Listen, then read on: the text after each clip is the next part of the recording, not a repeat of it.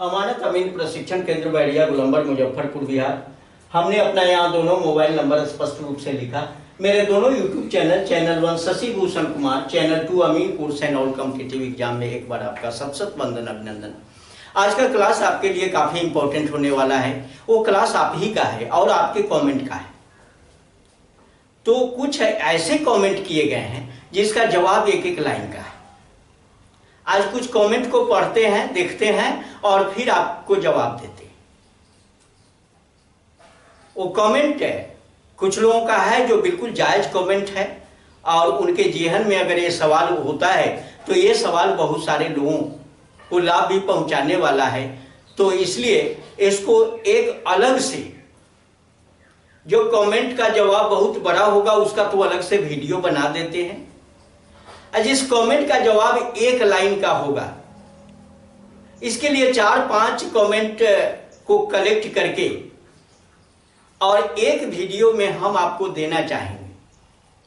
Topic लिखें। Topic में क्या है?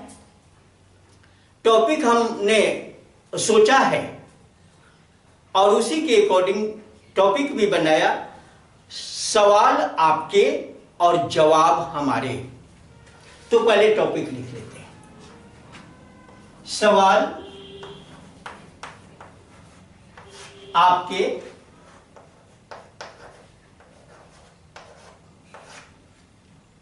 और जवाब हमारे। देखिए ये टॉपिक है, ऐसी टॉपिक पर बात करेंगे। अब इसमें कुछ क्वेश्चन का जवाब हम देंगे जो बिल्कुल छोटे छोटे क्वेश्चन है। आपने पहला क्वेश्चन हमसे किया, पहला क्वेश्चन डाला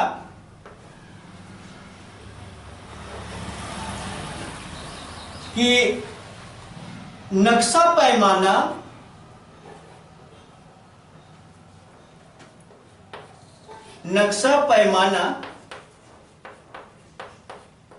बदलने पर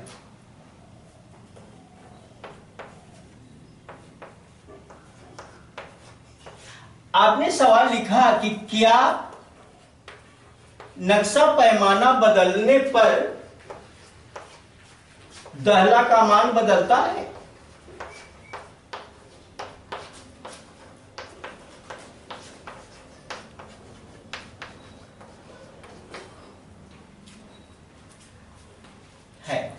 ये पहला सवाल है आपका। जवाब इसका है, इसका आंसर हम दे दें आपको, नहीं। बस सिंपल सी बात है। दहला का मतलब दहला ही होता है। वो पैमाना, नक्शा पैमाना चाहे जितना चेंज हो जाए, 16, 32, 64 जो भी हो, या उससे भी ज्यादा हो जाए या उससे भी कम हो जाए, लेकिन दहला जो है वह दहला हमेशा आपको 10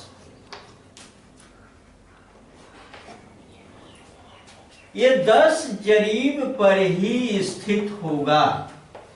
10 जरीब, इसमें कोई परिवर्तन नहीं होगा, सब 10 जरीब होगा।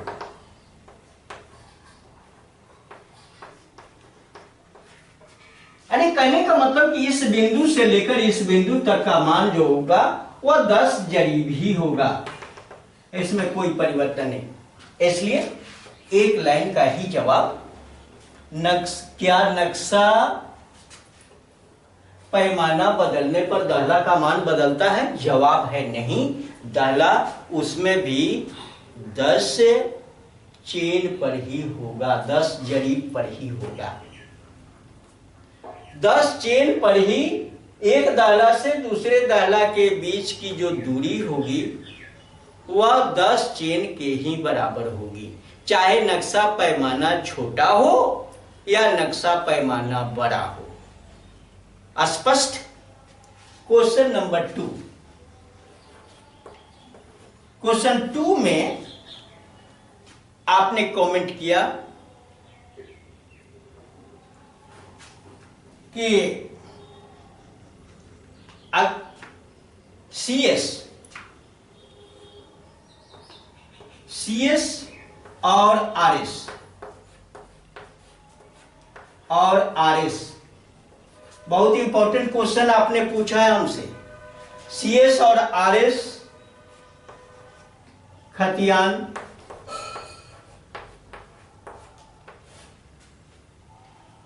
अलग अलग हैं,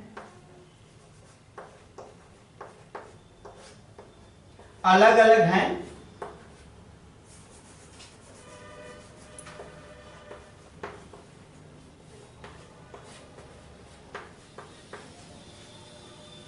डिजिटल सर्वे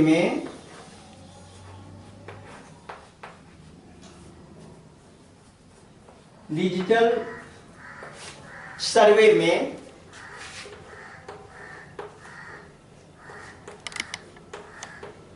कौन सा खतियान मांगा जाएगा?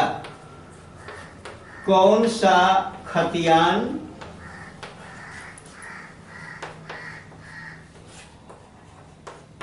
मांगा जाएगा? ये सवाल हमसे आपने पूछा है, बहुत बढ़िया सवाल है और सबके लिए ये जरूरी है। दोनों खतियान तो अलग अलग होते हैं। डिजिटल सर्वे जो अभी चल रहा है, इस सर्वे में आपके क्षेत्र में भी आने वाला है और जहां हो रहा है वहां तो हो रहा है। तो आपने सवाल पूछा कि कैडेस्ट्रल सर्वे और रिविजनल सर्वे का खतियान तो अलग अलग होता है, लेकिन जो सर्वे अभी डिजिटल सर्वे हो रहा है इसमें हमसे यानी रैयत से, आम पब्लिक से कौन सा खतियान मांगा जाएगा?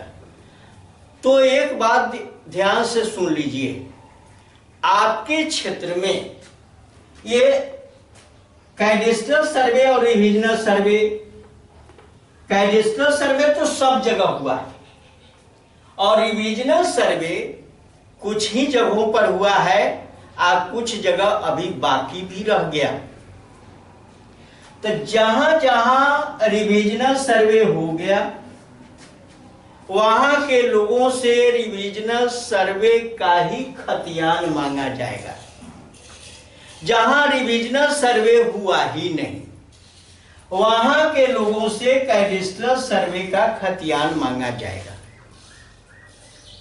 बात स्पष्ट हो गई होगी कि जहां माने दो बातें हैं, जहां रिविजनल सर्वे हो गया, फाइनल हो चुका है, बहुत सारे क्षेत्र में फाइनल हो गया, तो जहां रिविजनल सर्वे हो गया वहां रिविजनल सर्वे का खतियान मांगा जाएगा, वहां कैडेस्ट्रल सर्वे का खतियान नहीं मांगा जाएगा आपसे।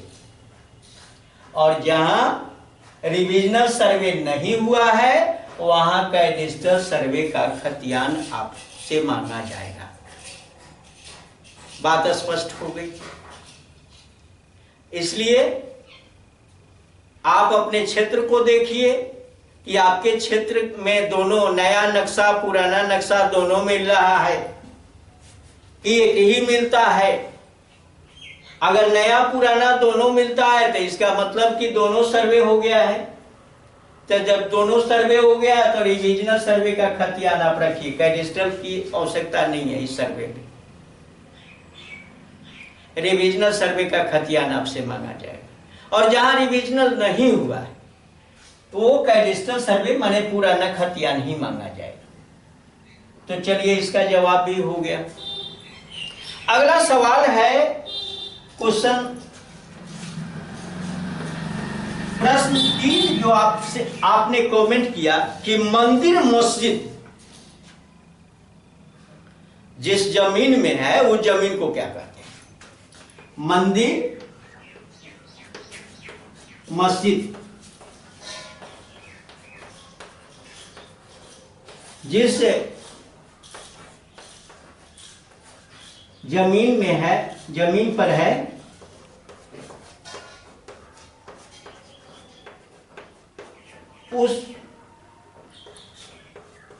उस जमीन को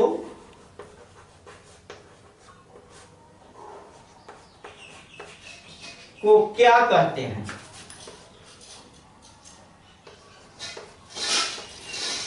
क्या कहते हैं? आंसर आसान है। इस जमीन को हम गैर मजरूआ आम जमीन कहते हैं। बस एक लाइन है। इस जमीन को क्या कहेंगे भाई? गैर मजरूआ, गैर मजरूआ आम जमीन कहेंगे। स्पष्ट है? इस जमीन को गैर मजरूआ आम कहते हैं। अब एक ऐसा जमीन हुआ भाई जिसमें मंदिर, मस्जिद, गिरजाघर, गुरुद्वारा जो भी है, वो जमीन गैर मजरूआ आम होता है। यह स्पष्ट है? अगला आपने कमेंट हमसे किया कि डिजिटल सर्वे, अब इसको हम मिटाएंगे। 3 क्वेश्चन का जवाब दिया, इसको मिटाएंगे। आपने क्वेश्चन किया हमसे कि डिजिटल सर्वे के लिए आवश्यक 10 कागजात आपने बताए, उसको भी लिखेंगे, इसको मिटा देते। चलिए, आपको लिखना है तो लिख लें, नहीं तो दिमाग में तो आ ही गया होगा।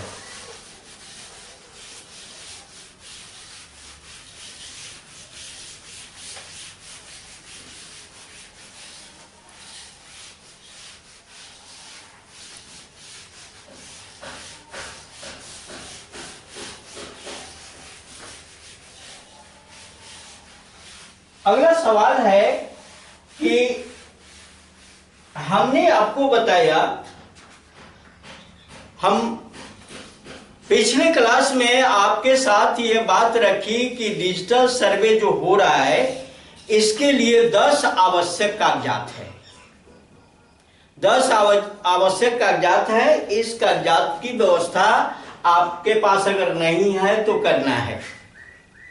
आपका कमेंट आया, कमेंट में आपने लिखा कि क्या 200 कागज की आवश्यकता होगी या कुछ कम लगेगा। तो आज मैं उस सवाल का जवाब दे दूं। कितने कागजात के संबंध में? 10 आवश्यक कागजात हम बताए थे। आवश्यक 10 आवश्यक कागजात।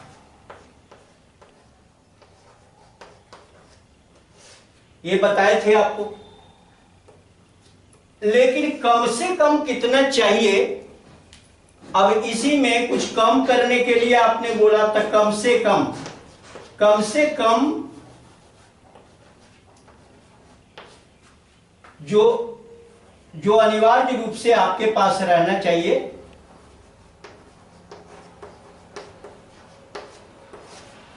जो अनिवार्य है, पहला खतियान आपके पास रखना है। खतियान का फोटोकॉपी,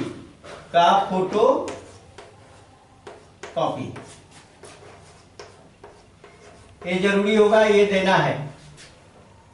अब खतियान में कोई दुविधा नहीं। पिछले वाले कमेंट में बताया कि आपके क्षेत्र में अगर आरएस खतियान बन चुका है, रिविजनल सर्वे हो चुका है, तो उसकी फोटोकॉपी रखिए। और जिस क्षेत्र में आरएस नहीं हुआ है, रिविजनल सर्वे नहीं हुआ है, वो कैडेस्ट्रल सर्वे का खतियान रखेगा, यानी पुराना खतियान रखेगा। तो इसकी दुविधा खतियान वाला खत्म हो गया है। दूसरा, कम से कम केवाला पेपर।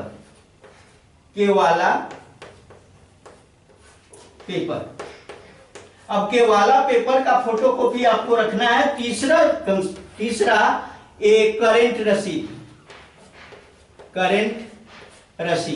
अगर नहीं है तो कोई बात नहीं, ये चलेगा। करेंट रसीद आपके पास नहीं है तो चलेगा, लेकिन ये 2 तो जरूरत है। और चौथा काफी नेसेसरी है, ये है वंशावली।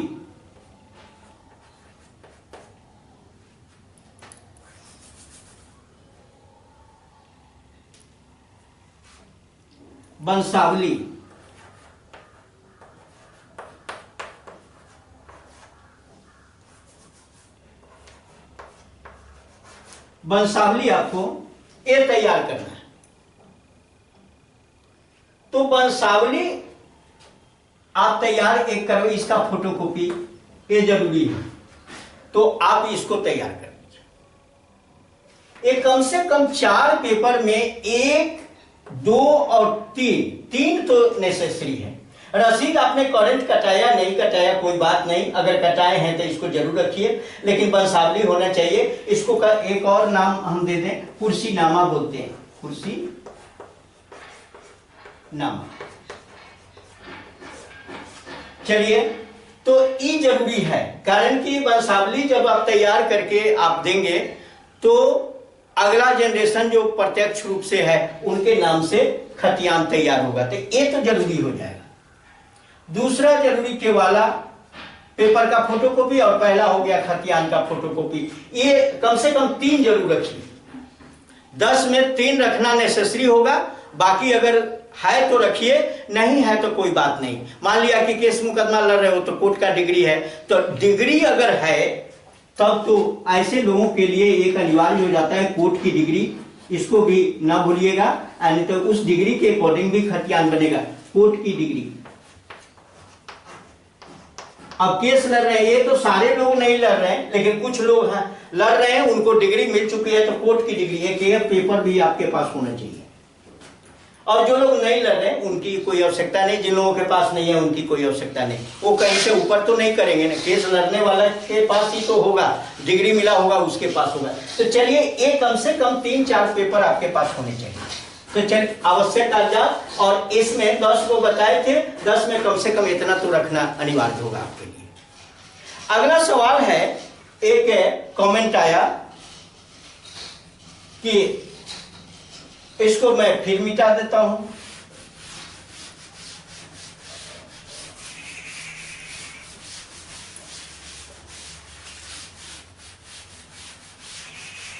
अगला एक क्वेश्चन आपने डाला कि 3.125 डिसमिल में 0.125 डिसमिल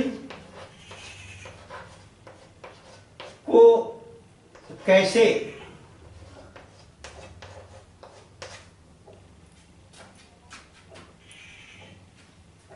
क्या समझें।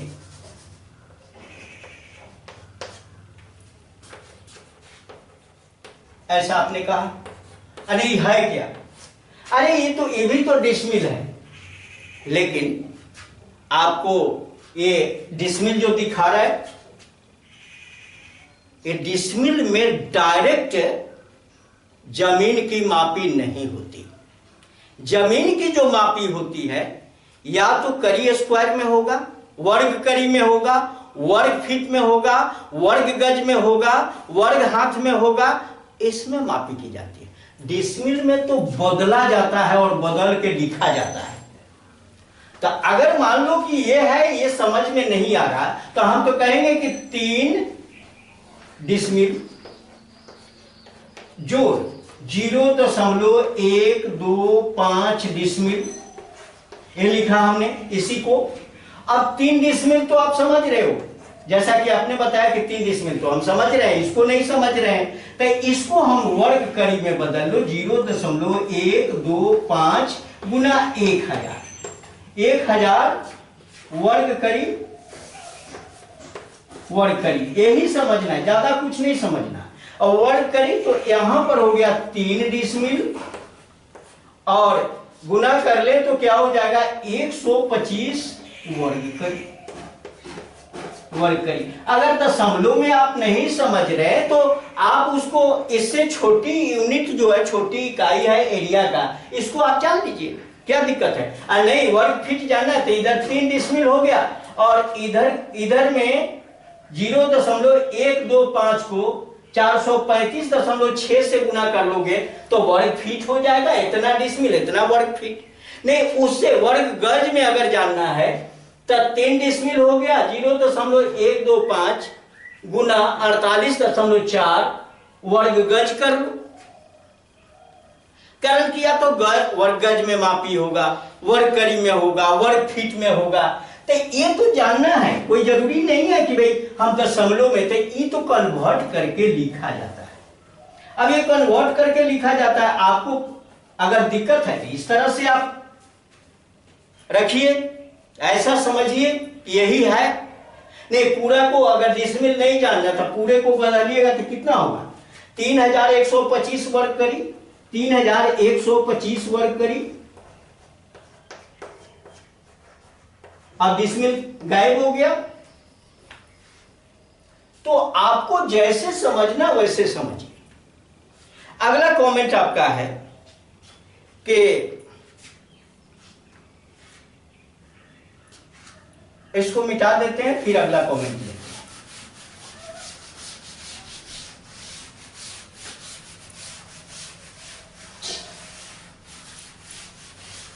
अगला कमेंट आपने किया,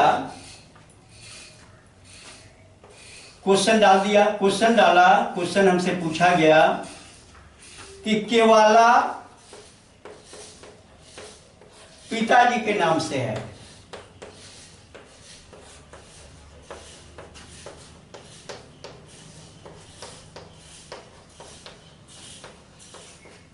बड़े भाई के पास पेपर है, वो पिताजी के नाम से है। हम 4 भाई हैं, 4 भाई हैं।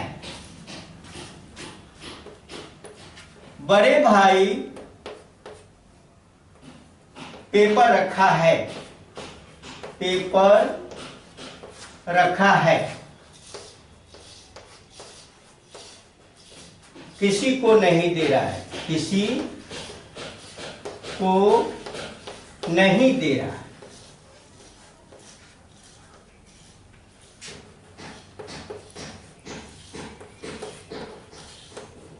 नहीं दे रहा है।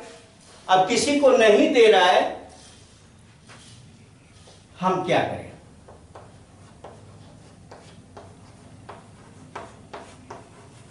अब ये सवाल है, हम क्या करें या पेपर कहां से उपलब्ध होगा, कहां से हासिल करें, इस पर आपने क्वेश्चन किया हमसे।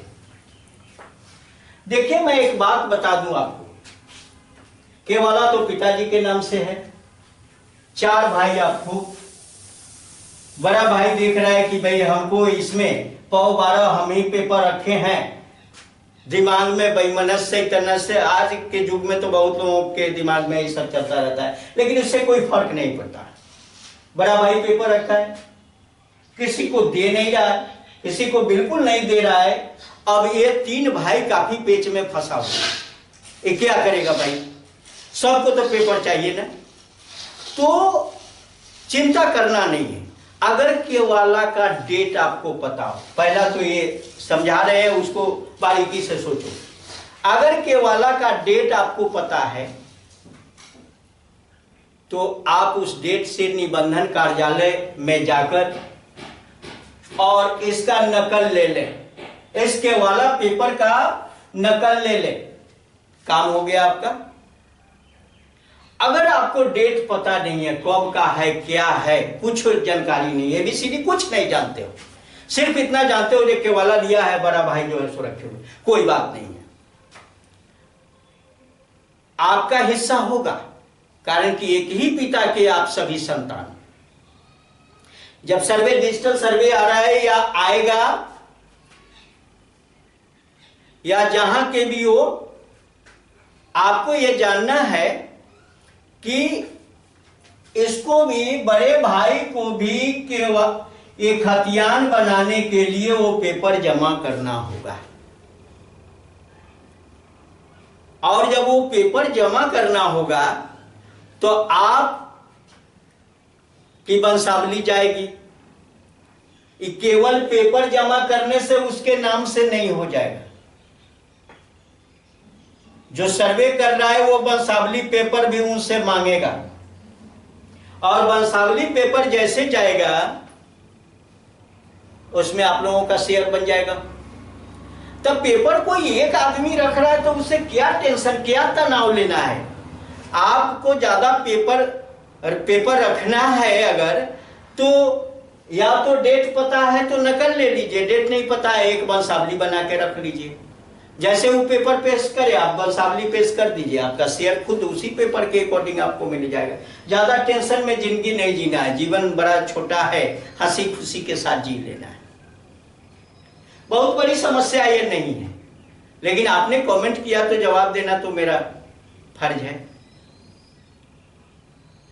अब एक और क्वेश्चन है जो काफी इंपॉर्टेंट है। इंपॉर्टेंट है इसलिए इस क्वेश्चन को रखने के बाद ही क्लास को एंड करेंगे। एक काफी इंपॉर्टेंट प्रश्न आपके साथ रख रहे हैं। एक किसी का कमेंट आया, कमेंट है कि सर आप पढ़ाने में बारीकी रखें।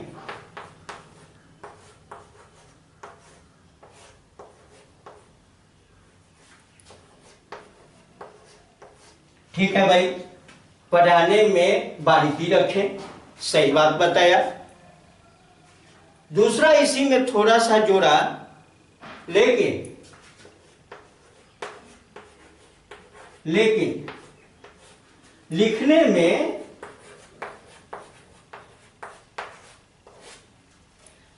में बिल्कुल बारीकी नहीं रखें।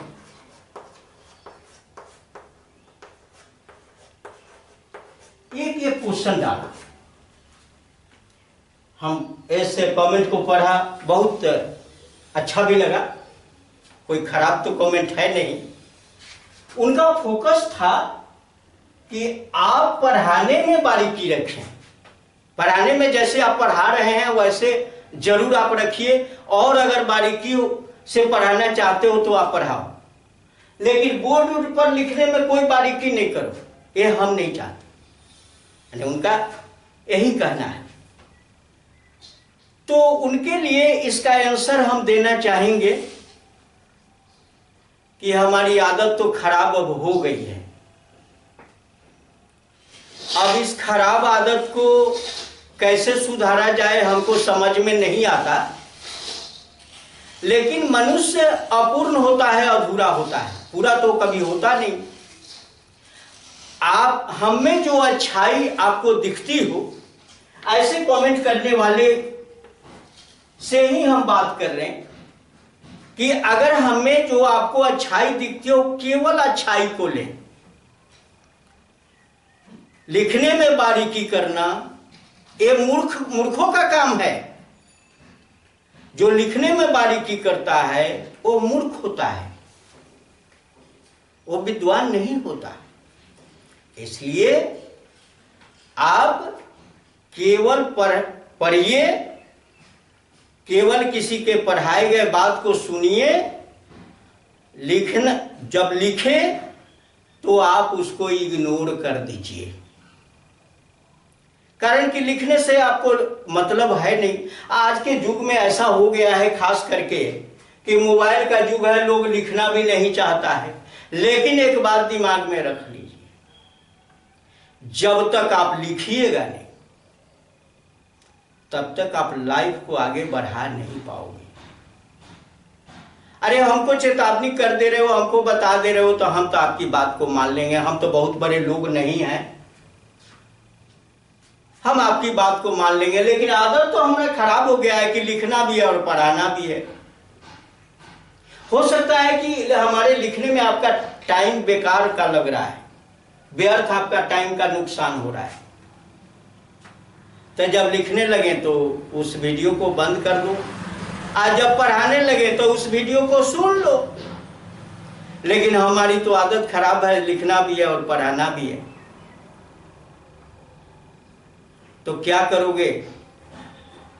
आप ही से न क्षमा मांगेंगे अगर इस तरह का आपके दिमाग में है तो इस भूल के लिए, लिखने में जो बारीकी रखते हैं, इस भूल के लिए, इस गलती के लिए ये कमेंट करने वाले से मैं क्षमा मांगता हूं और इस कमेंट के लिए उनको बार बार धन्यवाद देना चाहता हूं कि इस तरह का कमेंट भी आता है तो अच्छी बात है। कमेंट कोई खराब हमको नहीं लगा, लेकिन हो सकता है कि आपको अगर लिखना पसंद नहीं है तो आप नहीं लिखिए, लेकिन मेरे साथ बहुत सारे लोग जुड़े हुए हैं, हमारे साथ स्टूडेंट लोग हैं, उनको कुछ लोगों का मानना है कि लिखना भी जरूरी है। अब लिखते हैं तो आपकी बात की अवहेलना होती है, न लिखते हैं तो कुछ दूसरे साइड में कुछ लोग बैठे हुए हैं, उनकी बात की अवहेलना होती है, तब दोनों दुविधा के जाल में तो हम न इधर न उधर हम फंस जाएंगे। इसलिए दुविधा के जाल से आप ही लोग बचाना चाहोगे ना। चलिए, आज विशेष कुछ नहीं, इस कमेंट का जवाब हमको देना था, थोड़ा सा दे दिया, और इस तरह से कमेंट के लिए बहुत बहुत धन्यवाद। अगर ये वीडियो आपको अच्छा लगा, इसका भाग सवाल आपके और जवाब हमारे, इसका भाग 1 अभी हमने दिया, बार बार इसका भाग 2 भाग 3 जाता रहेगा और आपके एक एक लाइन के कमेंट का जो जवाब होगा वो हम देते रहेंगे और आपकी सेवा में हम हमेशा, हम जब तक इस धरती पर हैं, हाजिर हैं आपकी सेवा में। तो चलिए, अगर ये वीडियो आपको अच्छा लगा, आपके लिए ज्ञानवर्धक है, आपके ज्ञान में 4 चांद लगाता है, आपको ऊंचाई तक ले जाता है, तो इस वीडियो को लाइक करें, अपने मित्रों के साथ शेयर करें, और अगर हमारे चैनल पर आप नए हो तो हमारे चैनल को सब्सक्राइब करें। और इससे भी डीपली और डिटेल्स आपको ज्ञान हासिल करना है तो मेरा ऑफलाइन ट्रेनिंग सेंटर अमानत अमीन प्रशिक्षण केंद्र बैरिया गोलंबर मुजफ्फरपुर बिहार आपका स्वागत करता है। आप आए, हमारे साथ रहकर प्रत्यक्ष रूप से रूबरू होकर और विशेष ज्ञान ले, यहां से जाएं, मापी करें, पैसा कमाएं, अपने परिवार को खुशहाल रखें। बहुत बहुत धन्यवाद। जय हिंद, जय भारत।